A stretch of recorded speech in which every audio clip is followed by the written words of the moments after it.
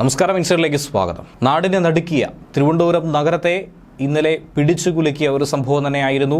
ഒരേ സമയം 6 പേരെ കൊലപ്പെടുത്താൻ ശ്രമിച്ചു. അതിൽ 5 പേർക്ക് ഇന്ന് നാട് വിട ചൊല്ലിയിരിക്കുന്നു. പ്രതിയുടെ മാതാവ് ഇപ്പോഴും ജീവന് വേണ്ടി മെഡിക്കൽ കോളേജ് ആശുപത്രിയിൽ മല്ലിട്ടുകൊണ്ടിരിക്കുന്നു. എന്താണ് ഇതിന് പിന്നിലെ ചേതോവികാരം എന്നുള്ളതാണ് ലോകം മുഴുവൻ അന്വേഷിക്കുന്നത്. ഈ സാഹചര്യത്തിൽ സംഭവം നടക്കുന്നതിന് തൊട്ട് മുൻപ് അഫാൻ കൊലപ്പെടുത്തിയ ഇളയ സഹോദരൻ കൂടിയായിട്ടുള്ള അഫ്സാനെയും നേരിട്ട് കണ്ട തൊട്ടടുത്ത അയൽവാസിയും അതുപോലെ കടയുടമയുമായ ഒരു സ്ത്രീയുടെ കൂടുതൽ വിശദ വിവരങ്ങളാണ് നിലവിൽ മലയാളി വാർത്തയ്ക്ക് ലഭിച്ചിട്ടുള്ളത്. അവർ ഈ കൃത്യം നടക്കുന്നതിന് മുൻപ് സഹോദരങ്ങളെ കണ്ടിരുന്നു. അവർ അതിൽ ഇളയ സഹോദരൻ കടയിലെത്തിയിരുന്നു. ഇവരുമായി സംസാരിക്കുകയും ആശയവിനിമയം നടത്തുകയും ഒക്കെ തന്നെ ചെയ്തിരുന്ന കാര്യങ്ങൾ നമ്മോട് വെളിപ്പെടുത്തിയിരിക്കുകയാണ്. കൂടാതെ കൊലപ്പെടുത്തുന്നതിന് തൊട്ട് മുൻപ് സഹോദരനെ കൂട്ടിക്കൊണ്ടുപോയപ്പോൾ ഇവർ കണ്ട കാര്യവും നിലവിൽ വെളിപ്പെടുത്തുന്നുണ്ട്. കൂടുതൽ വിശദാംശങ്ങളിലേക്ക് കിടക്കാം. നമ്മളെ കടയിൽ നിന്നാണ് സാധനം വാങ്ങി. അവർ വീട്ടിലെല്ലാവരും വന്ന് ഇവിടെ ഉള്ളത് വാങ്ങിക്കും, അപ്പുറത്തെ കടയിൽ നിന്ന് വാങ്ങിക്കും. അപ്പോൾ അവൻ അങ്ങോട്ടും ഇങ്ങോട്ടും പോകുമ്പോൾ ഞാൻ ചിരിക്കും, അവൻ ചിരിക്കും. ഇപ്പോൾ സ്കൂൾ വിട്ട് പോയപ്പോൾ ഞാൻ ഇവിടെ നിൽക്കുകയായിരുന്നു 4:30. അവൻ്റെ മുഖത്ത് നോക്കി അങ്ങ് പോയി. അവിടെ ചെന്നപ്പോൾ അവൻ്റെ ചേട്ടൻ ഇവിടെ നിൽക്കുന്നത്. അവൻ്റെ ചേട്ടൻ്റെ കൂടെ അവൻ ബൈക്കിൽ പോകണം ഞാൻ കണ്ടു. ഇല്ല, ഇന്നലെ കൊച്ചിങ്ങോട്ട് വന്നേ ഇല്ല. അവനും വരില്ല, വന്നില്ല. അവൻ 2 മാസം കൊണ്ട് ഇങ്ങോട്ട് വരില്ല. കൊച്ചാണ് വന്ന് സാധനങ്ങൾ വാങ്ങിക്കുന്നത്. കൊച്ചും തള്ളയും വരും. എല്ലാവരോടും നല്ല സ്നേഹമാണ്. അവനെക്കുറിച്ച് പ്രത്യേകിച്ച് നമുക്ക് പറയാൻ പറ്റൂല. അവൻ ഇപ്പം തന്നെ ഈ പോലീസിന് കീഴടങ്ങിയില്ലെങ്കിൽ ഇവിടെ ഉള്ള എല്ലാവരെയും പിടിച്ചത്. കാരണം അവൻ ഇങ്ങനെ ചെയ്യുമെന്നുള്ള വാക്കൊരു പ്രതീക്ഷയില്ലല്ലോ. നമുക്കറിഞ്ഞൂടാ. അവന് നല്ല ഇഷ്ടമാണ്. ഒരു തോളിൽ കൂടെ കൈ വിട്ടുകൊണ്ടാണ് നടക്കുന്നത്. അനിയനെ എന്ന് വെച്ചാൽ കൊണ്ടുപോയി കുറ്റിമുട്ടിയിൽ നിന്ന് എന്തെങ്കിലും വാങ്ങിച്ചെന്ന് തോന്നുന്നു. വാങ്ങിച്ചിട്ട് തിരിച്ച് അവൻ ഒരു ആട്ടയിൽ ഒറ്റയ്ക്കാണ് വന്നത്. കൊച്ച് ആട്ടയിൽ വന്ന് അവ ഇറങ്ങി പോണതും ഞാൻ കണ്ട്. തിരിച്ച് അവൻ ആ ഒരു വീട്ടിൽ എനിക്ക് തോന്നുന്നത് താക്കോൽ എന്തെങ്കിലും ചോദിക്കാൻ പോയതായിരിക്കും.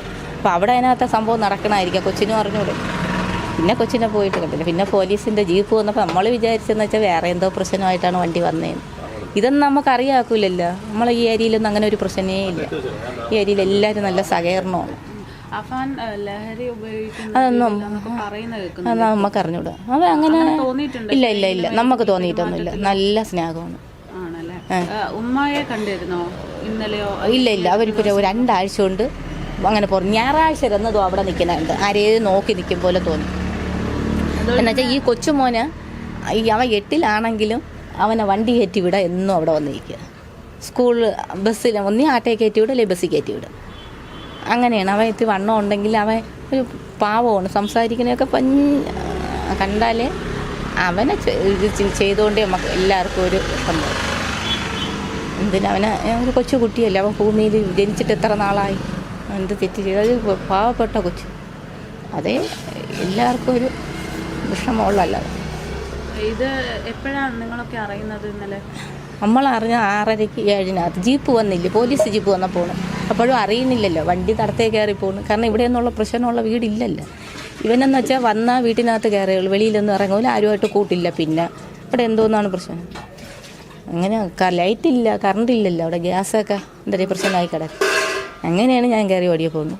ആദ്യം അവൻ്റെ അമ്മയാണ് എടുത്തത്, കൊണ്ടുപോയത്. രണ്ടാമത് പിന്നെ ഇല്ല, നമ്മൾ പോലീസ് വന്ന് കുറച്ച് കഴിഞ്ഞല്ലേ കയറി പോകണത്. അല്ലാതെ വെറുതെ പോകണ്ടല്ലോ. അവിടെ അങ്ങനെ ഒരു സംഭവം ഇത് തന്നെ. പിന്നെ അമ്മയെ കൊണ്ടുപോയി. രണ്ടാമത് കൊച്ചിനെ കൊണ്ടുപോയപ്പോൾ നമ്മൾ ദൈവത്തിന് എല്ലാവരും വിളിച്ചു ആ കൊച്ചിന് ഐസ് കൊടുക്കണേന്നേ പറഞ്ഞോളൂ. അപ്പോഴും ഒരു പോലീസ് വന്നാൽ കഴിഞ്ഞെന്ന് പറഞ്ഞു. പിന്നെ പറഞ്ഞു ഒരാളും കൂടെ ഉണ്ടെന്ന്. അപ്പോഴും ഞങ്ങളെല്ലാവരും ചോദിച്ചു അവൻ്റെ വാപ്പ വന്നിട്ടുണ്ടായിരിക്കുന്നു. കാരണം അതിനകത്ത് ഇങ്ങനെ ഒരു പെണ്ണുള്ളത് ആർക്കും അറിഞ്ഞൂടല്ലോ. അപ്പോൾ ഒരു പെങ്കൊച്ചെന്ന് പറഞ്ഞപ്പോൾ ഈ ഉമ്മയൊക്കെ പറഞ്ഞ് അവരെ സഹോദരൻ്റെ കൊച്ചായിരിക്കും. അപ്പോൾ ഒരാണാൾ പറഞ്ഞ് അല്ല ഒരു 20 വയസ്സാകുന്നു. അപ്പോഴാണ് എല്ലാവരും അറിയുന്നത് ഇങ്ങനെ ഒരു കൊച്ച് ഇതിനകത്തുണ്ട്. അവരെ കൊണ്ടുവന്നതും ആർക്കും അറിഞ്ഞൂട, കണ്ടിട്ടുമില്ല. തൊട്ടടുത്തൊരു നമുക്ക്